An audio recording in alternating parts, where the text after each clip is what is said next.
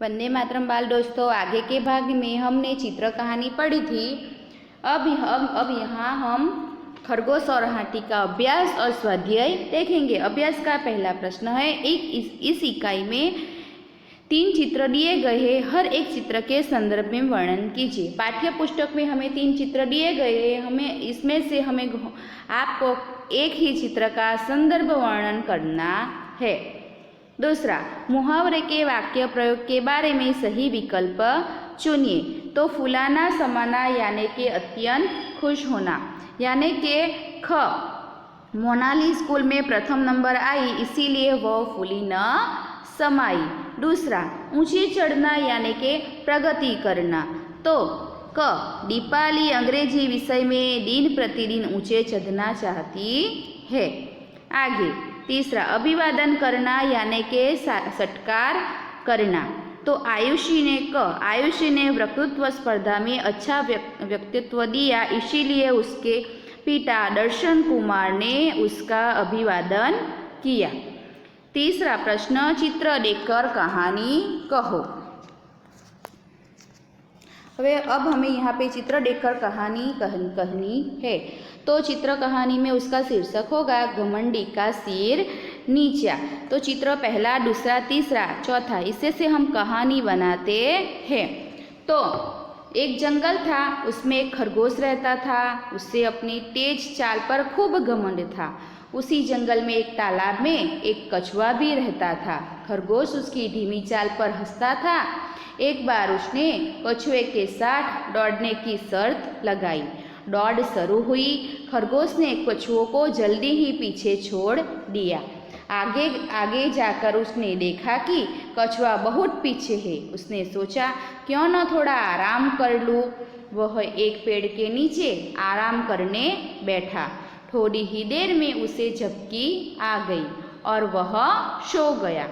कछुआ धीरे धीरे चलता रहा। वह खरगोश को सोया हुआ देखकर चुपचाप आगे निकल गया।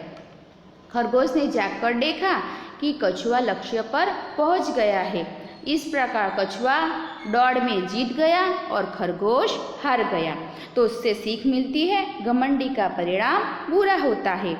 इस कहानी के आधार पर अपने साथियों से पूछने के लिए प्रश्न बनाकर लिखिए। तो आपको इस कहानी से आधार से अपने साथियों को प्रश्न बनाने हैं और पूछने हैं। आगे देखिए स्वाध्याय का पहला प्रश्न है, प्रश्नों के उत्तर दीजिए। तो पहला प्रश्न, खरगोश के बिल कहाँ थे? तो खरगोशों के बिल सरोवर के किनारे गीली जमीन के अंदर थे। दूसरा, खरगोशों का सरदार क्या बोला? तो खरगोशों का सरदार बोला, हम चांद के भांजे हैं, मामा रोज सरोवर में हमसे मिलने आते हैं, वे आपसे नाराज है। तीसरा, पूर्णमासी का चांद कैसा है? तो पूर्णमासी का चांद गोल है। चौथा प्रश्न, तालाब में क्या दिखाई दे रहा है? तो तालाब में चांद दिखाई दे रहा है। वह लहरों के साथ साथ ऊपर नीचे हो रहा है। पांचवा, चंदा मामा से माफ़ी कौन मांग रहा है? तो चंदा मामा से माफ़ी हाथियों का सरदार मांग रहा है। आगे प्रश्न 2, मातृभाषा में अनुवाद कीजिए। पहला, सरोवर के किनारे गीली जमीन थी, सरोवरना किनारे भीनी जमीन हती। दूसरा, हम चांद के भांजे हैं, अमे चंद्રના भाणેજ છીએ। तीसरा, हाथियों के झुंड में कुछ शरारती हाथी थे। हाथीओना टोळામાં કેટલાક તોફાની હાથી જ હતા। चौथा, खरगोशों के सरदार ने एक उपाय सोचा। तो ससलाना आगेवानोए एक उपाय विचार्यो। प्रश्न नंबर 4, संदर्भ पुस्तक पढ़कर पता करो और लिखो कि पूर्णमासी कब होती है और अमावस्या कब। तो प्रत्येक भारतीय महीने में शुक्ल पक्ष के अंत में 15वें दिन पूर्णमासी और कृष्ण पक्ष के अंत में 15वें दिन अमावस्या होती है। चंद्र जब पृथ्वी के छाया में आ जाता है तब पृथ्वीवासियों को दिखता नहीं है, उस रात अमावस्या होती है।